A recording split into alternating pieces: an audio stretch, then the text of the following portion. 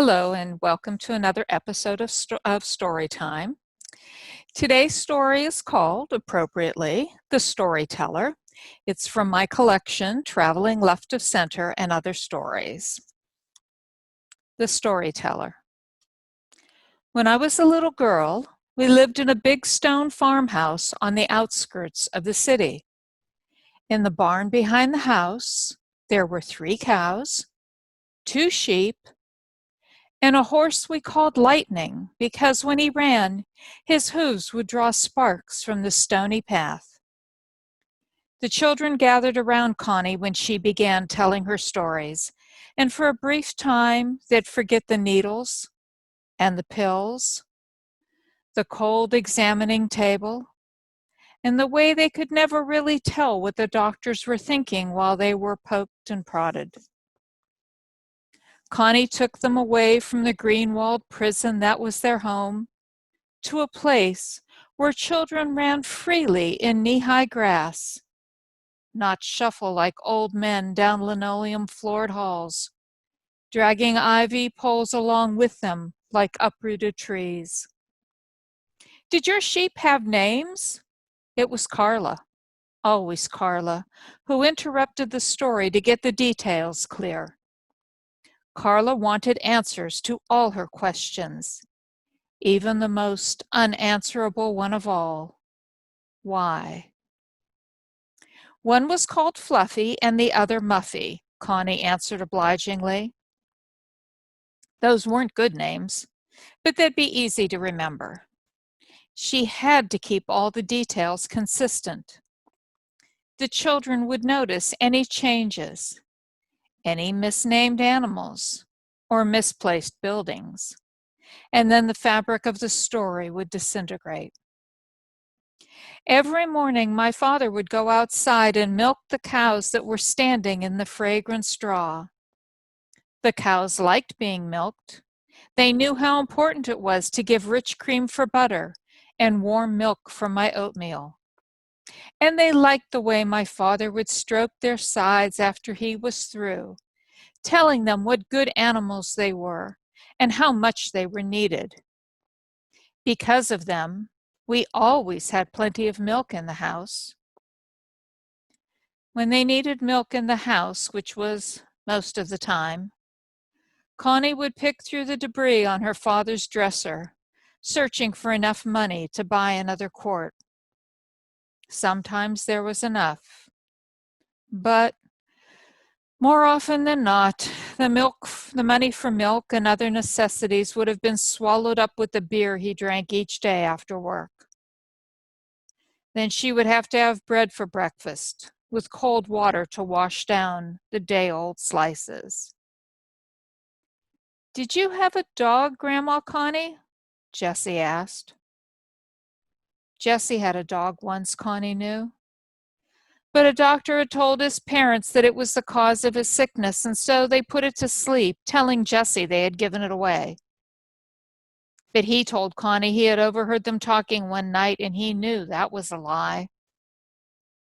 And it turned out that it wasn't the dog's fault after all, but the fault of some unnamed sickness hidden deep inside his body. "Yes, we had a dog," she answered gently, "but he was an outside dog. Jessie's had slept at the foot of his bed. And he would guard the sheep and the cows and the horse." "Do you have any pictures?" Carla asked. Connie shook her head. "No, we didn't have a camera, but my mother painted pictures of the farm and the animals. They're at my son's house now, or I'd bring them to you." Connie's mother had left the year the young girl turned 8. "I can't take it anymore," Connie heard her scream one night after her father had come stumbling home. "You drink all the time and there's never enough money for me and the kid. I'm leaving, Jack. I've had it." "Where does your son live?" It was Jason, the new boy. He had been admitted a few days before, but until today the tests had left him too weak to attend Connie's afternoon story hour in the playroom. He sat there in the small wheelchair, pale-faced and fragile. though his eyes burned with life. Down south, Connie answered, wondering if she had answered this question about her mythical son before and in which state she had placed him. South was a good choice, a place none of the children had gone, far from this cold state and colder hospital. So that is an excerpt from the Storyteller from Traveling Left of Center. Where did that story come from? Well, a variety of places. When my kids were little, they were sick a lot, so I spent a lot of time in the hospital. But also it had to do with the stories that we tell our children when they're little. When they're scared at night, we tell them stories to take their mind off of whatever it is they're afraid of. But the story is more than that. The story is also about the stories we tell ourselves when our real life, is too difficult to bear. The stories we make up to tell other people, the stories we make up to tell ourselves, and the way we try so hard to keep the stories from disappearing, from keeping our stories from colliding with reality.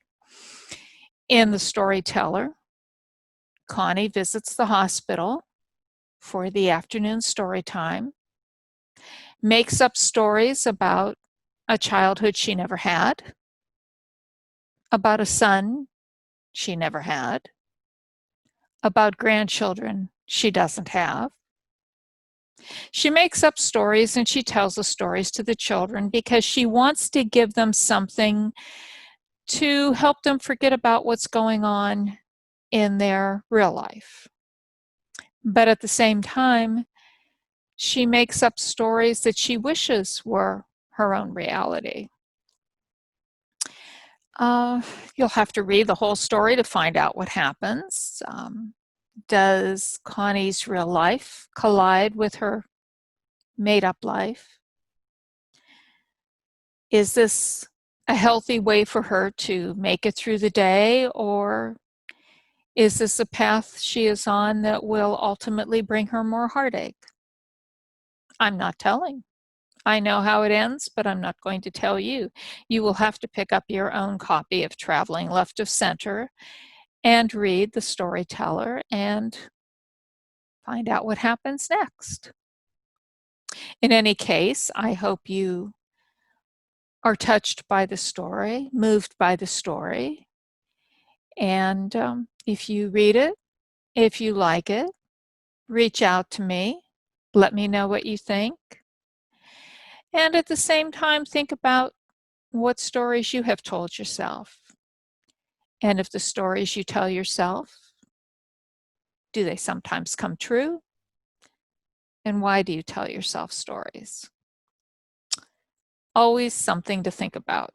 Something to think about when I write the stories, and something that I hope the reader will think about after reading the stories. So thank you so much for being part of today's story time.